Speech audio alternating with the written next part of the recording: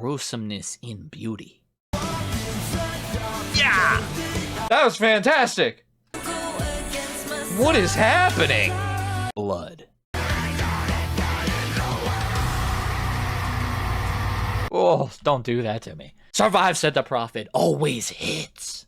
He's a Viking! He wants his head. I mean, that's a gorgeous voice. Why I like Vikings. There's nothing that needs to be said. It's the best. Now will you join me for my Vinland Saga anime journey? All right. Vikings.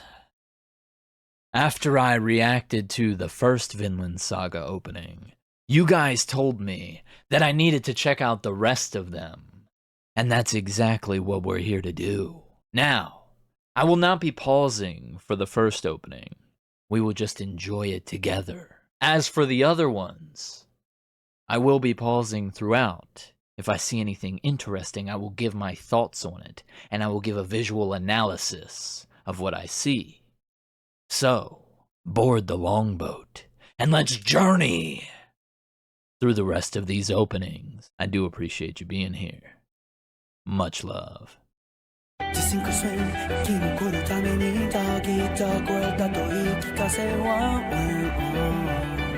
What went wrong? The world that a wisdom believe will tell me what went wrong. What went wrong? I paid my dues. I sold my soul. So tell me what is left for me when I've given up everything.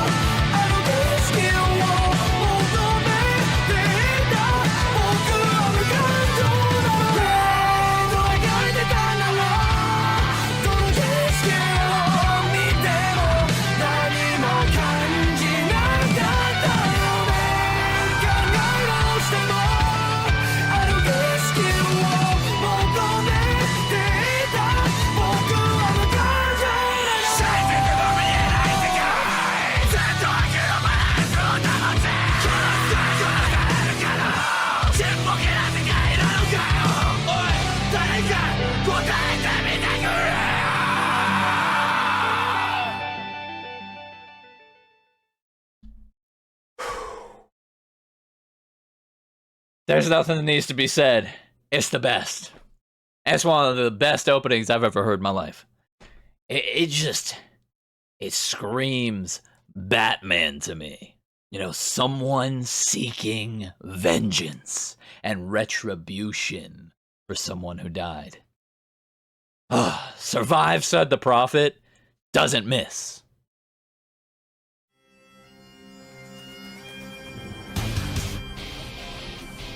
I was trying to read that. Like rowing a boat, we enter the future backwards. All we see are scenes of the past, and no one cannot see the views of tomorrow. That sounds like a really philosophical way to say history repeats itself. Or it could be that people have a fixation of living in the past. So there could be a character who is fixated on living in what was instead of living for what will be. And they have those bagpipes coming in right now, and it sounds amazing.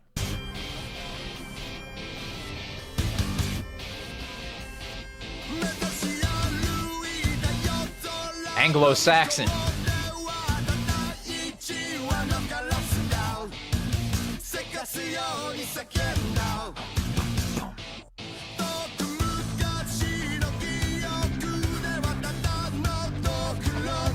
We're going to Iceland.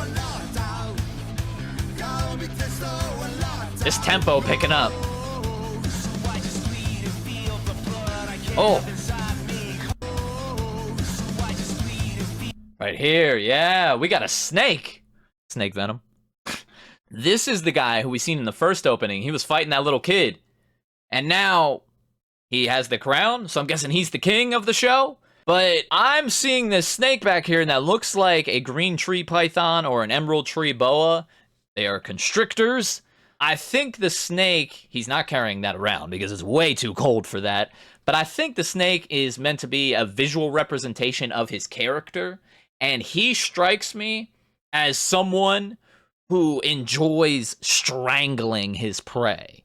Like, he will put his foot on the throat of his enemies and watch as the last breath escapes their body. He's probably a piece of shit.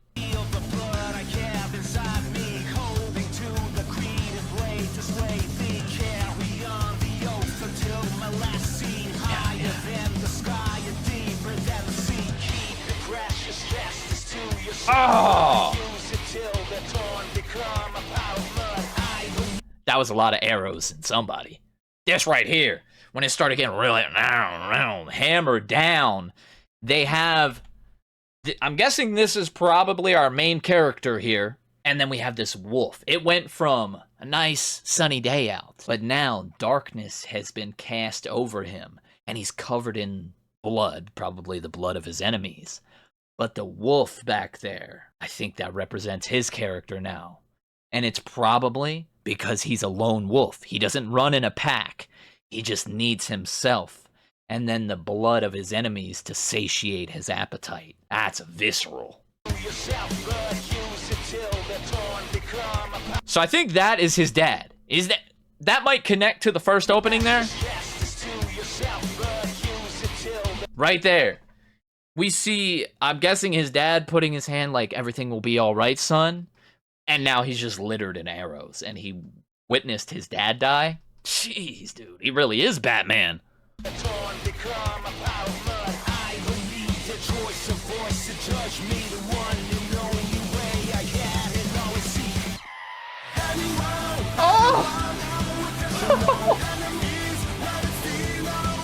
No, that was excellent production. The way they dipped down the audio here in the mix, it got real low. And then you hear the whoosh. They create this whizzing sound, especially with the voice. It goes, ah, and it slices right through the audio mix. But then we see an axe slicing through the air. So it just cuts through as it's cutting through the mix. And that was excellent timing.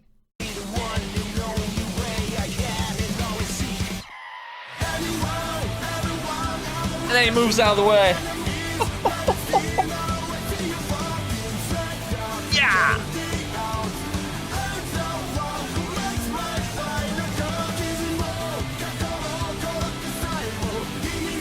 Yeah!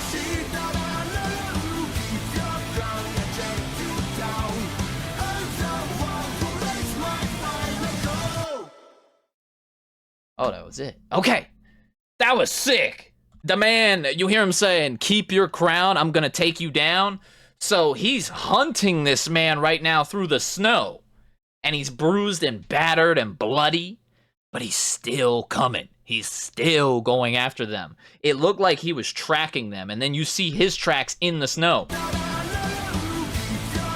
Right here, I'm guessing that is the guy with the snake. So they turn their back on him. And he's hunting them down. Oh, but keep your crown. He doesn't want it. He does not want that crown. He wants his head. Sick opening, and I really like the visuals, how they had the map in there, and you see the travel patterns across the map, the Viking raids that they were on. It was almost like a journey through history, and I love that. But what was the significance of the apple? I don't understand that part. So is there a death note in this show? We got some Shinigami in here eating apples? I have no idea. Sick opening.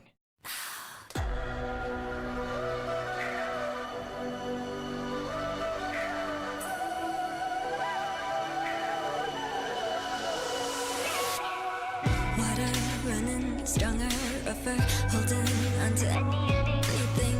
All I want is to survive it. If I let go, will it be the enemy? Oh.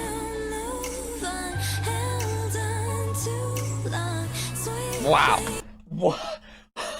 No, this is way different than the first two. Who is she? Who is she? That spiritual voice set in right at the beginning. She just whispered in my ear. out. And from that point, I was enchanted. She's telling me to get out of here. She wants to take me away.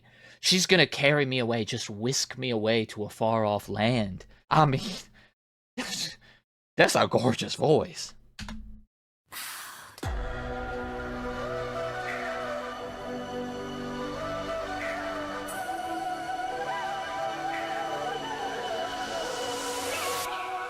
Water running stronger, rougher, holding onto anything. All I want is to survive it.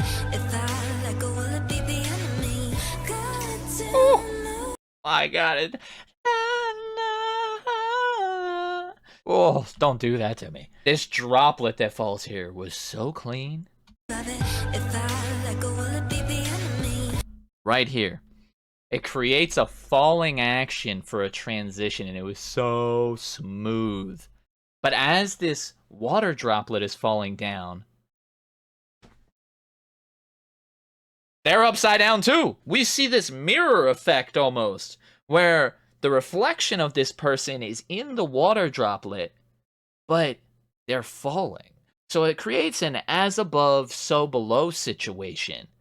And I'm wondering if the droplet falling and how it's reflecting that individual, if that represents that it's a falling action within the character, perhaps they fell from greatness or a fall from grace, and now they don't know how to get back to where they were. They sort of lost themselves.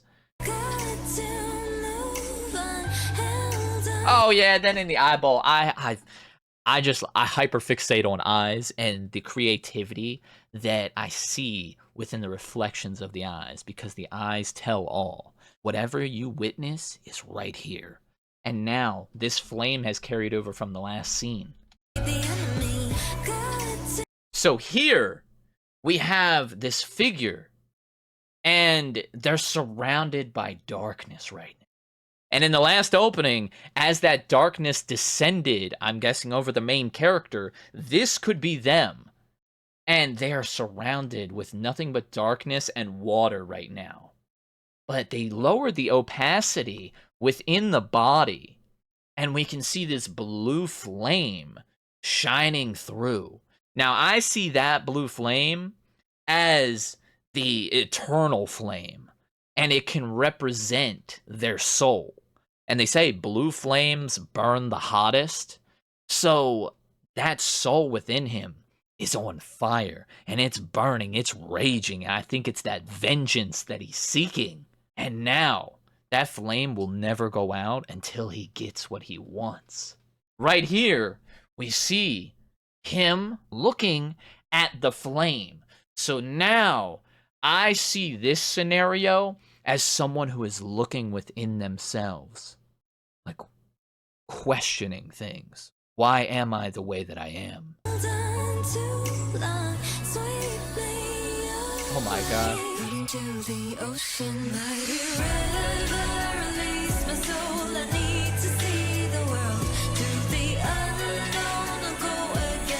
What is happening?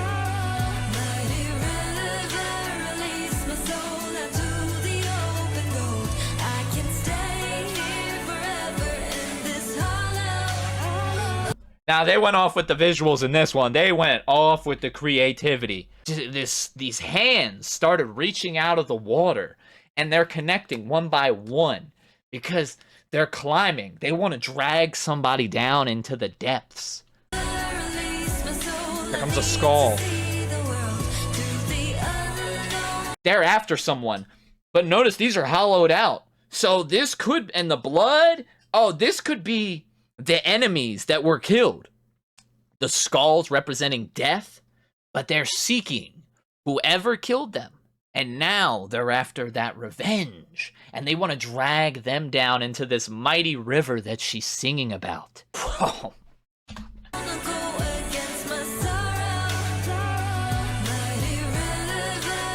That right there, love it. Painted in blood. This is what I'm thinking. We have the crown here. How did you attain the crown, though? How many countless lives did you take in order to gain the crown. And look at the blood that stains the crown. All of those spirits that were just grabbing on, it was so ghostly. But that's a reminder of how many people were killed to gain that throne.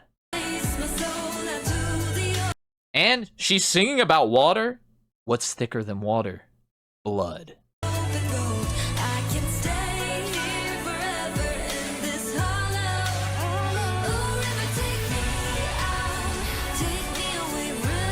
What the fuck?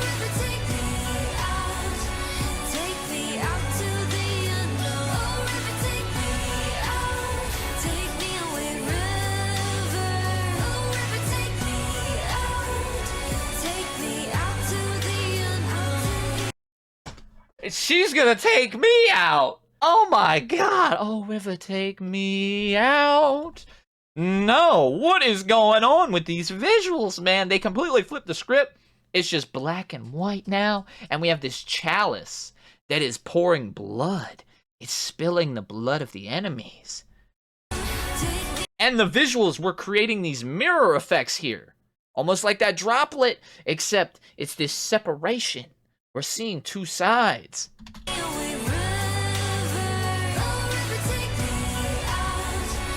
They spilled the blood of all of their victims, and now they're covered in it, and it's something they can never escape. Even if you can't see it on them, they know, right in here, what they did. The cup runneth over, but not with mead or wine. It's with the blood.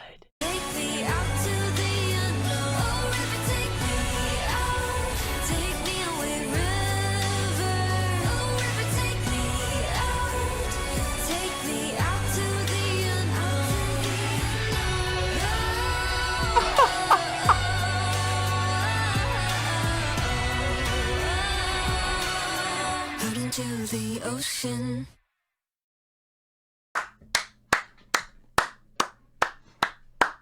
That was fantastic. She has such a spiritual voice.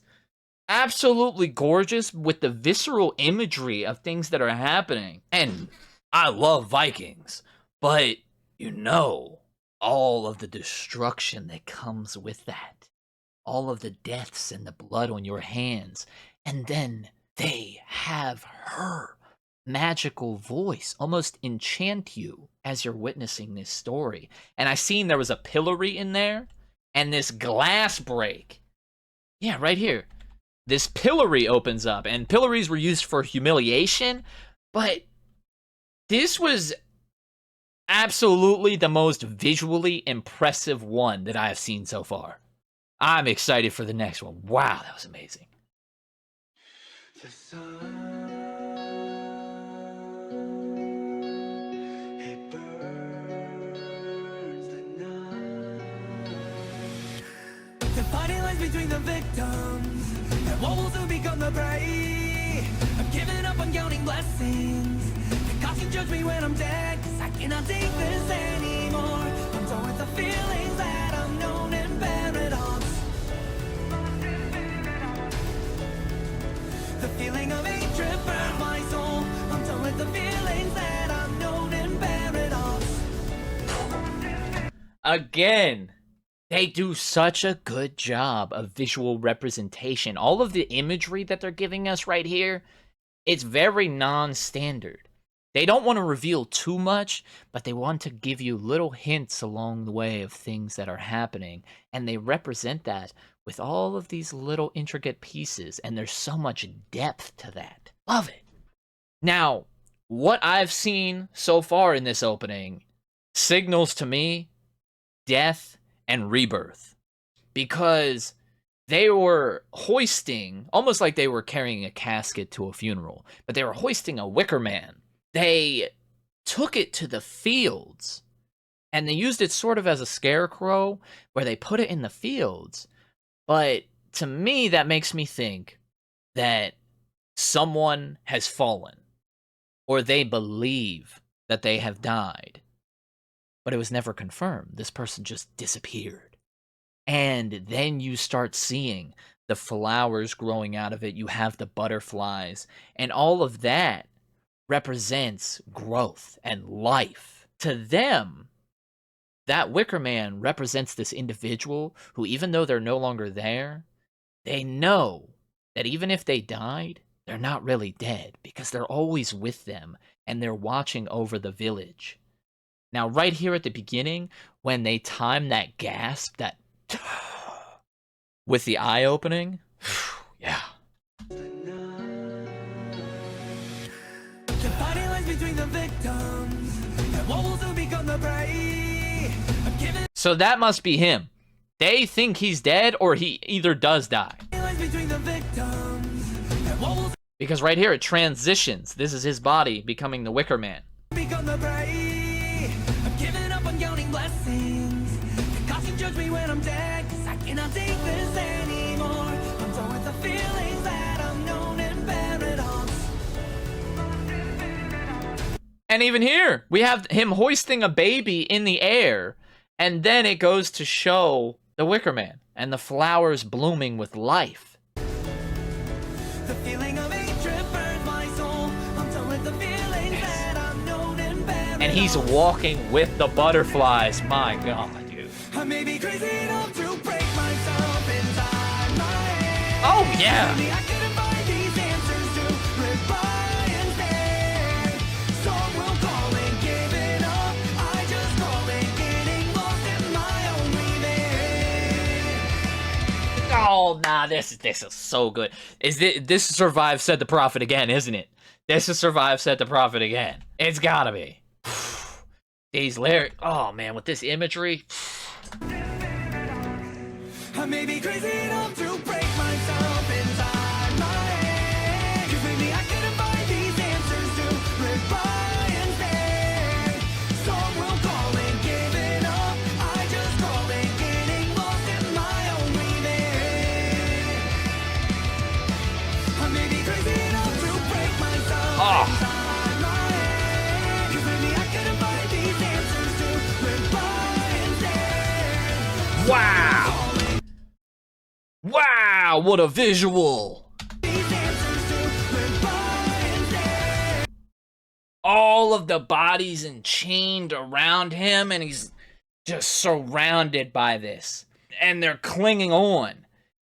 It's like, how many people did he kill? All of these souls that were lost because of what he did or didn't do. This could be a whole situation where perhaps he's not dead, but he disappeared from the village. He separated himself from the village because of all of this darkness that follows him. And I think when that happens to people, you want to isolate yourself. And we need alone time. We need to be with our thoughts and seek this isolated enlightenment, because that is what spawns growth when you look within and you learn from the mistakes of your past. So we're seeing a lot of growth throughout this, and the flowers and then the butterflies helping to create and give life. Some call it giving up. I call it getting lost in my own revenge. Oh my God, man. All of the things that this man must have witnessed in his lifetime. 'Cause maybe I couldn't find these answers to live by instead. Some will call it giving up. I just call it getting lost in my own Oh my God.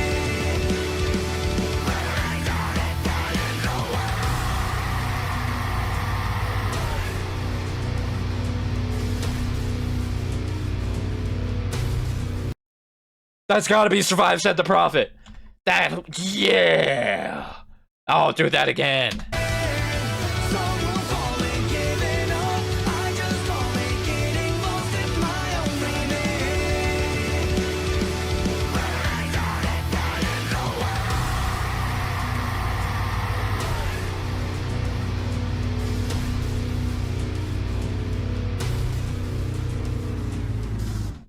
Wow. Oh my God, and then he's chilling on a beach. He's just chilling on the beach. Wow. So This is either him after he did die, or this is him when I guess they think he's dead. Oh my god, what an opening! Survive, said the prophet, always hits. Oh. So, this is the main character grown in opening 4. So this whole journey we went on throughout these openings, and he was so young and fragile, and the things that he witnessed at such a young age is what changed him. That's why he went on this murder spree. He's a Viking. But when you're young, you do a lot of things that you regret. And then you want to right those wrongs and you fall into a depression. That's what I get from him right now. Some call it giving up. I call it getting lost in my own revenge. And the lyrics tell so much right there because they think that he gave up. But he never gave up. He was too blinded by his rage and revenge that he lost all of those around him, but even more so, he lost himself. This show's gotta be off the chain. This show has to be insane. This seems like an introspective study into his psychology, and I'm all for it. Every opening is absolutely great in its own right. Survive, said the prophet. Just kill it every time.